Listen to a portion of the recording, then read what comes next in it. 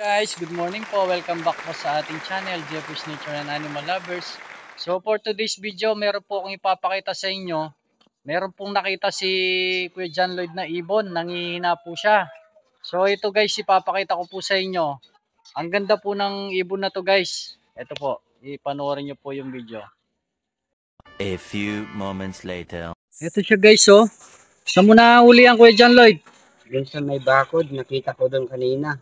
Lumipad, tapos bumagsak siya. Ayun. Ngayon, kinuha ko ngayon, tapos dinala ko dito. Tatanong ko kung anong sakit niya sa'yo, pre. Ayan. Ayan po guys, tingnan nyo po yung ibon. Ang ganda po niya. Kuwago po ito guys, oh. Ayan oh. Tingnan nyo po oh. Ang ganda po ng itsura niya oh. I-ano mo yung pakpak niya Kuya John Lloyd. Ayan oh, ang haba po ng pakpak niya oh. Ayan oh. Parang dawin. So matured na po yung ibon na to. Ang problema guys, nanghihina po siya. Ayan o, nakanganga po siya. Hindi po namin alam kung ano nangyari sa kanya. So nakita ni Kuya John Lloyd dun sa bakod, lumipad tapos bumagsak. Kaya kinuha niya po. Ngayon dinala niya sa akin. Ipapakita sa akin kung ano daw nangyari sa ibon. So hindi ko rin po alam yung nangyari dito. Pero gagamutin po natin siya guys. Kapag lumakas na po, saka po natin nire-release. Ang ganda po niya guys oh. Tingnan nyo oh. Ang cute po niya.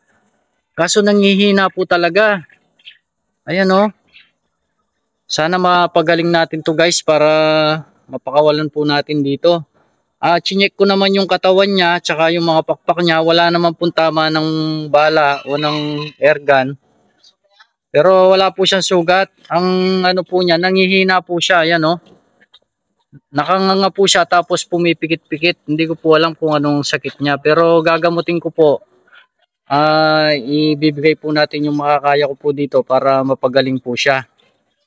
So i-update ko po kayo guys kapag nagamot po namin ito at ipapakita ko po sa inyo. Tapos kapag lumakas na po at pwede na po siyang lumipad, i-release po natin ulit. So dito po meron po talagang kwago dito, kaso madalang na lang kasi marami pong naghahunt ng mga ibon dito. Ayan. So, ayan guys. Gagamutin ko po siya. Palalakasin po natin. Sana gumaling ka. Ang ganda oh. Tingnan nyo po yung mga kuko niya oh. Talagang matutulis. Ayan oh. Tapos yung itsura niya ang ganda oh. Kaso nang hinang-hina po siya. So, painumin ko po muna siya ng tubig. Tapos pakakainin ko po kung kakain siya.